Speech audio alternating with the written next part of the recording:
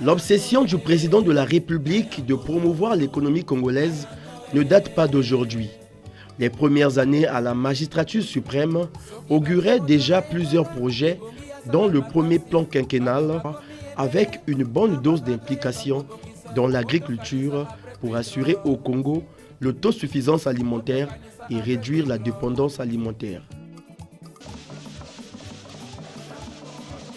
Cap a été sur la Bwenza où existaient déjà quelques sociétés telles que la cimenterie de l'UTT, Saris Congo ex-Suco, centre de recherche agronomique de l'Oudima et l'huilerie de Caille. Le retour d'Addis Abeba à l'aéroport, j'avais déjà dit que maintenant c'est plein feu sur le développement rural. Et j'avais annoncé le Conseil national d'agriculture qui aura lieu. Et vous savez que lors du choix d'option du premier plan quinquennal, nous avions mis l'accent sur l'aménagement du territoire, le désenclavement de l'arrière-pays. On a obtenu quelques résultats modestes, mais des résultats intéressants. Vous avez raison de dire que c'est le ton qui est donné. Et on s'est battu au cours du dernier quinquennat pour mettre en place les infrastructures de base. Là, on engage une nouvelle bataille, comme je l'ai annoncé, et on sera sur le terrain. On sera sur le terrain. Bien sûr, ici, nous avons vu quelques unités comme Sidolou. Mais à part Sidolou, vous pouvez constater que nous n'avons, pour l'essentiel, mis l'accent dans cette région, au cours de notre visite de travail ici, que sur les aspects de l'agriculture, de la recherche et de l'agro-industrie. Qu'il s'agisse de Suco, de Wilka, de KM Mansumba, il s'agit de l'agriculture et de la transformation des produits de l'agriculture. Et nous avons démarré par le CRAL. J'ai oublié la station fruitière, c'est la même chose. Nous avons démarré par le CRAL, c'était pour toucher du doigt les questions, les problèmes de la recherche. Parce qu'il faut commencer par la recherche. Il faut faire des travaux, avoir des semences améliorées, lutter contre les maladies. Et de ce point de vue, je crois qu'il y a des travaux importants qui se font à l'Eurostom et ailleurs. Voilà. À quelques encablures de Caille, la localité de l'Oudima. Ici, Denis Sassou Nguesso a voulu comprendre les réalités qui entravent le fonctionnement de la station fruitière créée en 1953 par l'Institut français de fruits grumes coloniaux, l'IFAC, devenu propriété congolaise en 1963.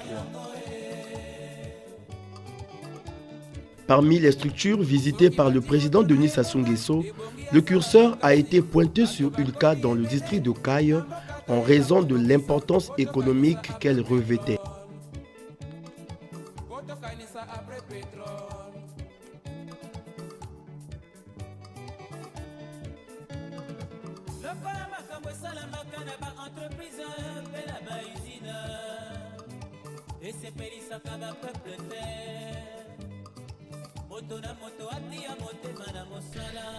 Plusieurs années après son odyssée politique pour se succéder à lui-même en 2016, celle d'ouvrir l'économie congolaise au secteur privé est encore une obsession pour Denis Sassou Nguesso.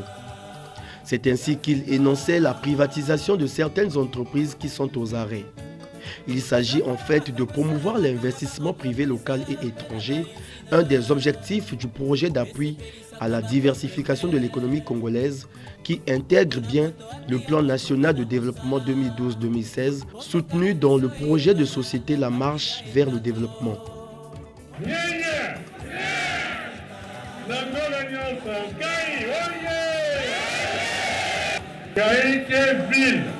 Ville industrielle. Bandakana sucre na mafuta ya ngumba na leriai mafuta ya ngumba mekubwa mena meeting yai mune na zonda na beno mume discuter na société ina mendima usine ya mafuta ya ngumba na kisoro ya ngumba kebutuka kwa kuna kaye.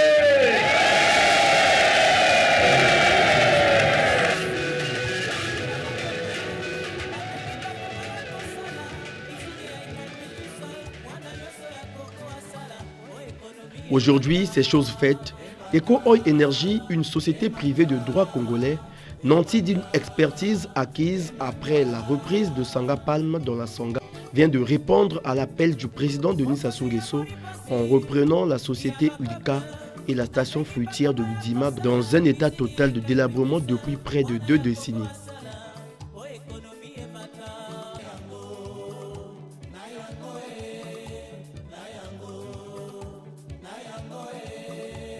La tâche d'Eco Oil Energy, nouveau preneur, consistera pour le cas de Ulka de relancer non seulement la filière huile d'arachide, mais aussi et surtout diversifier la production. Et donc ce qu'on fait aujourd'hui, c'est une renaissance de la vieille entreprise, mais avec beaucoup plus de développement parce qu'il n'y aura plus seulement que l'huile d'arachide, mais nous allons faire le jus, Vallée du Niari, nous allons faire la pâte à tartiner. Et pourquoi? Mais parce que nous voulons diversifier justement la production et nous savons quelles sont les attentes en termes de matières premières, c'est-à-dire fruits et arachides.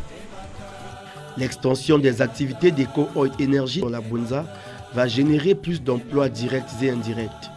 Une réalité qui redonne de l'espoir dans un environnement où le chômage a pris des proportions inquiétantes. Selon les instructions du patron, nous avons vraiment fait la part belle à la jeunesse. Déjà dans la phase de chantier, nous avons beaucoup travaillé avec des jeunes que nous recrutons, que nous formons, des jeunes de CAI, des jeunes de CAI. Et puis, quand on ne trouve pas les spécialités, on peut aller plus loin. Mais priorité d'abord aux jeunes de la région pour donner de l'activité. Pour s'enquérir de l'œuvre à accomplir, le président directeur général de Eco Oil Energy, Wilfried Etoka, a foulé le sol de Caille, précisément sur le site qui abritera la nouvelle usine à réfectionner. Dans ce bâtiment, on est en train de terminer le retrait des anciennes machines, mais en même temps, les équipes techniques, mécaniques, électricité sont également à l'œuvre. Les travaux de charpente aussi sont en cours. La maçonnerie également est en train de progresser. Ici, vraiment, on a tous les corps de métier qui progressent au même moment. La société Eco Oil Energy s'emploie à relancer l'huilerie de Caille et la station fruitière de l'Udima à une vitesse croisière. La cérémonie qui nous rassemble ce matin n'est autre que le rituel sollicité par Eco Oil. Il s'installe désormais sous les cendres de l'ancienne usine ex-Wilka. Et aujourd'hui, le site est concédé à Eco Oil. En acceptant l'entreprise nouvelle, nous la faisons accepter également par les ancêtres qui l'ont d'abord reçue. Et nous continuons à recevoir. Pour tous ceux qui vont nous écouter, il s'agit de reconnaître que nous sommes en train de vivre le fruit d'une promesse. Le président de la Nouvelle République, nous le connaissons tous, je ne cite pas son nom, avait parlé de la relance de cette entreprise-là. Et je pense que la lecture elle est très bonne à la satisfaction des populations qui se disent oui, le chef avait promis, la réalisation elle est là. Faire du Congo un pays producteur d'huile en vue de réduire le coût d'importation de ce produit de première nécessité et permettre aux Congolais de consommer local Telle est la vision du président directeur général de Eco Oil Energy, conformément à la volonté gouvernementale qui est celle d'industrialiser le pays en s'appuyant naturellement sur le secteur agro-industrie.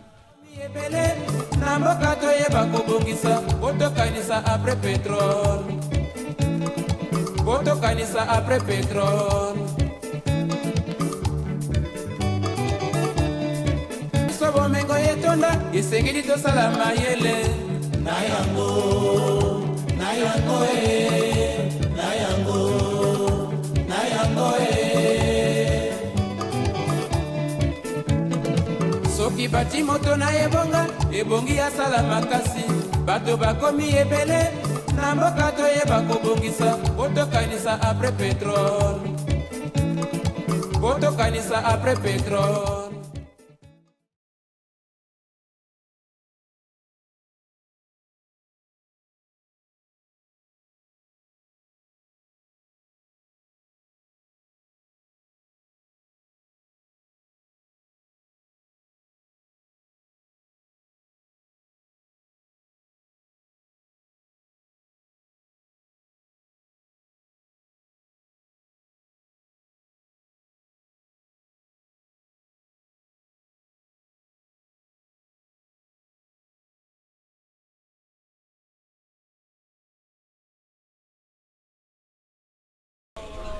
Est-ce que nulle était cette cérémonie de rituel, ça veut dire que l'entreprise n'aurait pas pu démarrer? Bon, écoutez, nous sommes des Congolais. Il y a des traditions qui sont les nôtres. Les terriens ont pensé qu'il faut associer nos mânes à la réhabilitation de cette entreprise. Et voulant entraîner tout le monde, nous pensons qu'il était tout à fait indiqué que cette cérémonie, ce rituel soit fait pour que tout le monde soit dans l'ancrage des travaux qui vont se faire, de telle sorte que l'entreprise fonctionne à merveille et que tout le monde en tire profit de façon équitable. Merci.